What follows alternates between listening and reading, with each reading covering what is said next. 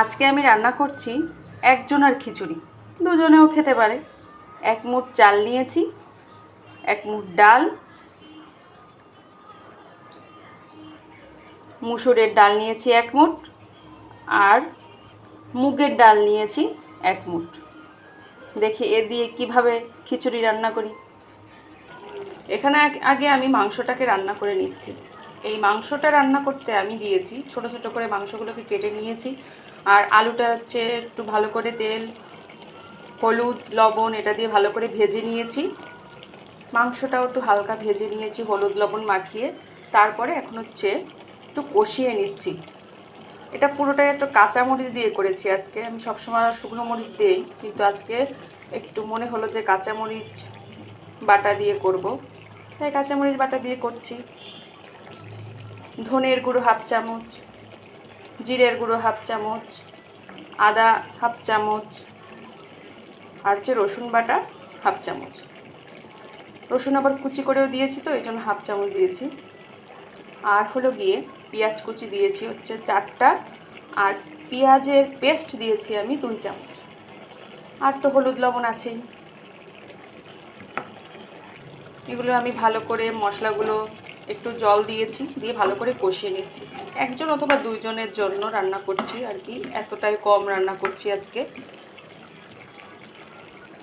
যাই রান্না করেন না কেন, যখন হচ্ছে তরকারিগুলো একটু ভালো করে ভেজে নেওয়া হয় তাহলে খুব ভালো লাগে খেতে। আমি আলুটাকে সুন্দর করে হলুদ লবণ মাখিয়ে তেলে ভেজে নিয়েছি।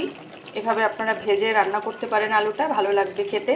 আর মাংসটাও আমি একটু হলুদ লবণ মাখিয়ে ভেজে নিয়েছি, কারণ এটা দেশি মুরগি না, এটা পোলট্রির মুরগি দিয়ে করছি, তো এই জন্য একটু হলুদ লবণ মাখিয়ে ভেজে নিয়েছি।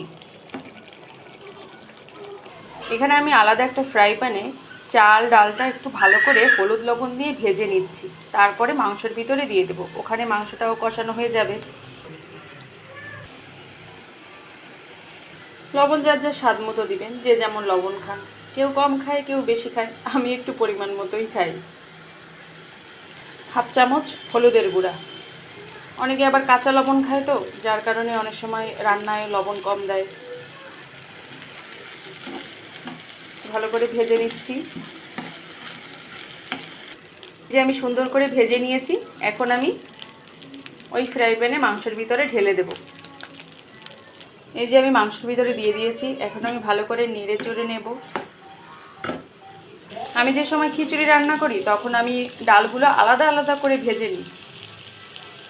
মানে মুসুরের ডালটা, মুগের ডালটা আলাদা করে ভেজে নিলে ফ্লেভারটা ভালো আসে। আজকে আমি একটু ফাঁকে ঝুঁকি করলাম, একবারে চালের সাথে ভেজে নিয়েছি। এখন আমি এতে জল দিয়ে দিচ্ছি। অনেক সময় আছে পট মেপে যদি আমি হচ্ছে চাল ডাল নিই, তখন সেই পরিমাণ জল নিলে হচ্ছে মানে খিচুড়িটা ঝরঝরে হয়। যেমন আমি যদি 2 পট চাল নিই, তখন আমার 3 পট হচ্ছে জল দিতে হবে, এরকম পট হিসাব।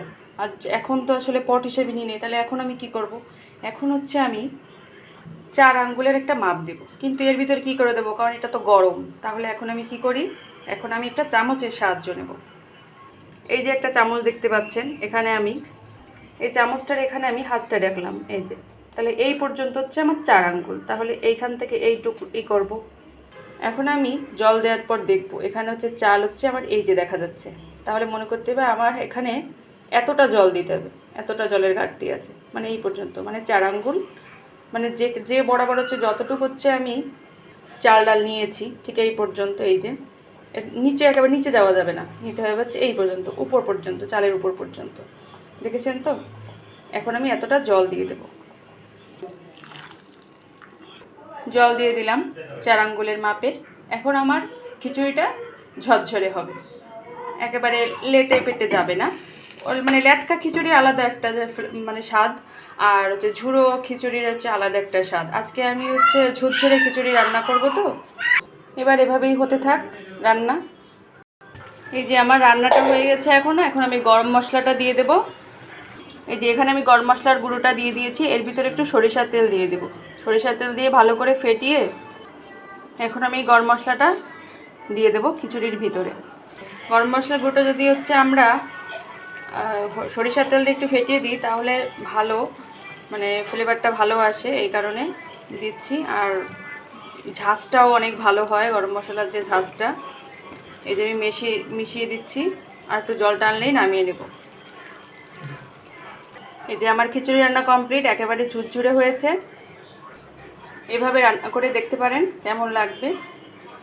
আমার কাছে ভালোই হয়েছে। ধন্যবাদ সবাইকে।